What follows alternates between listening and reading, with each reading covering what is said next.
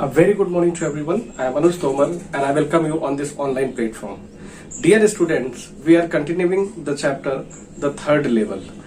This is the chapter from supplementary and this is the first chapter, and in first video we have introduced this chapter and we have seen the introduction of the writer or the author, and apart from it we have also seen the brief introduction of the chapter and sketches. तो ये सारा चीज हम देख चुके हैं और आज के चैप्टर में हम लोग अब देखने वाले हैं यहाँ पे समरी। ठीक है, तो आज इस चैप्टर को हम लोग समराइज करेंगे और देखेंगे यहाँ पे कि स्टोरी किस तरह से आगे बढ़ती है। तो आइए शुरू करते हैं। यहाँ पे देखिए समरी में क्या है, 3 levels at the Grand Central railway station. तो यहाँ पे जो नरेटर है, the narrator is you already know that he is in great dilemma in the beginning of the story and he conveys this message to his friend and psychiatrist जो है उससे वो बताता है कि जो ग्रैंड सेंट्रल जो आपका रेलवे स्टेशन है वहां पे 3rd लेवल यानी कि 3 फ्लोर है वहां, और वास्तव में वहां पे 2 ही होते हैं। तो आइए शुरू करते हैं। The narrator feels that there are 3 levels at the Grand Central railway station.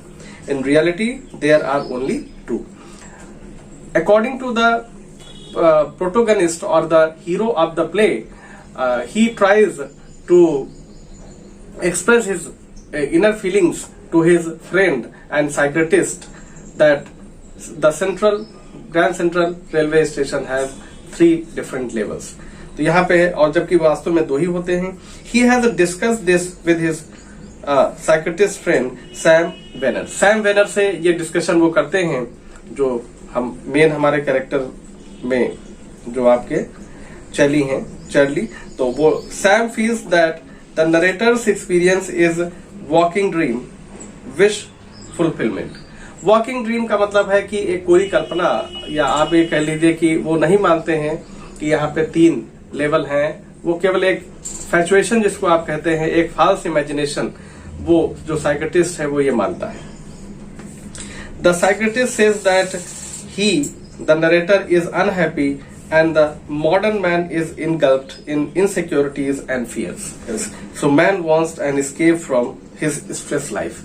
अब जो ये साइकियाट्रिस्ट है जो इसका फ्रेंड है, तो ये कहता है कि नहीं, आजकल की जो जिंदगी है या आजकल का जो आदमी है वो इनसिक्योरिटी और फियर में जी रहा है। तो वो अपनी इनसिक्योरिटी और फियर को दबाने के लिए या उससे छुटकारा पाने के लिए इन सब चीजों की बातें करता है। यानी कि the friend of the narrator does not believe on him.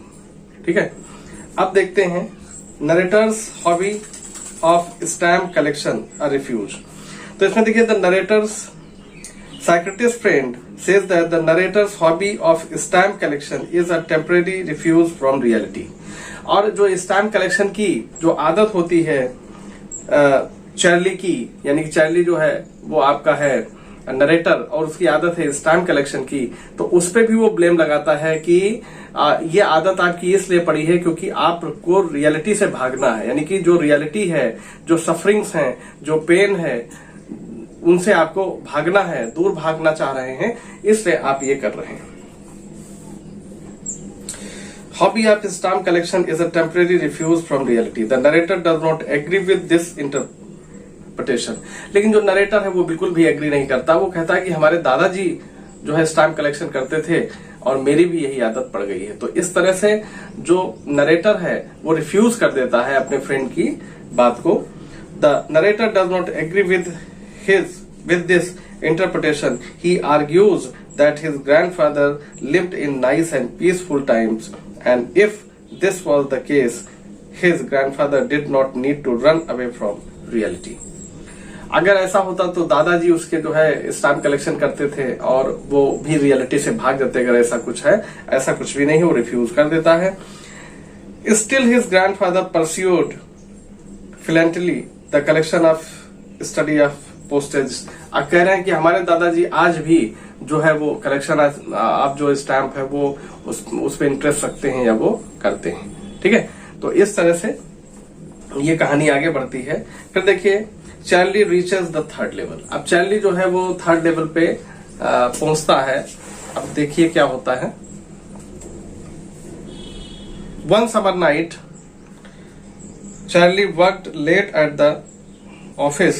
In a hurry to get back home, he decided to take the subway from Grand Central. He crossed the arched doorway, heading from the subway and get lost. अब देखिए एक summer यानी कि it was the summer time when he came from his office and he was late. In hurry to go back home, जब office से आप निकलते हैं, स्कूल से निकलते हैं, कहीं से भी निकलते हैं तो घर जाने की बहुत जल्दी होती है। Same thing is happening to the protagonist Charlie. तो यहाँ पे चार्ली भी बहुत परेशान है, जल्दी घर जाना चाहता है। He cross the orchard doorway heading from the subway and got lost. Subway जो होता है नीचे से रास्ता जो जाता है, उसके रास्ते से उसने प्लान किया कि हम निकलेंगे, जल्दी पहुंचेंगे। और जैसे ही वो पहुंचता है तो क्या करता है, जैसे ही वो पहुंचता है तो वो वहीं खो जाता है।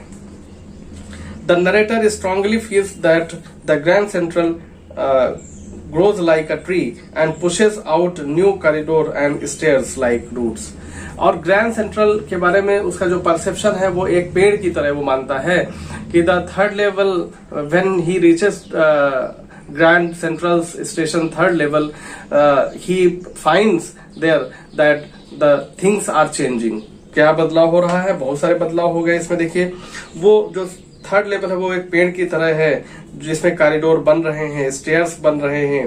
जैसे एक पेड़ में रूट्स निकलती हैं, जड़ें निकलती है ना, ऐसे इस तरह से। The narrator walks down a corridor, एक कॉरिडोर में वो चलता भी है।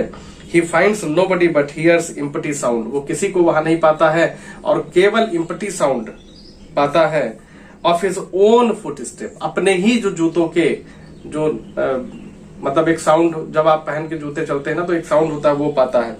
He found himself at the third level at Grand Central station. इस तरह से वो third level of Grand Central railway station पे पहुंचता है। ठीक है, तो आज के लिए इतना ही, और नेक्स्ट जो है कल हम प्रॉब्ली इसको वाइंड अप कर देंगे इस चैप्टर को। Thank you for watching the video. Thank you, have a great day.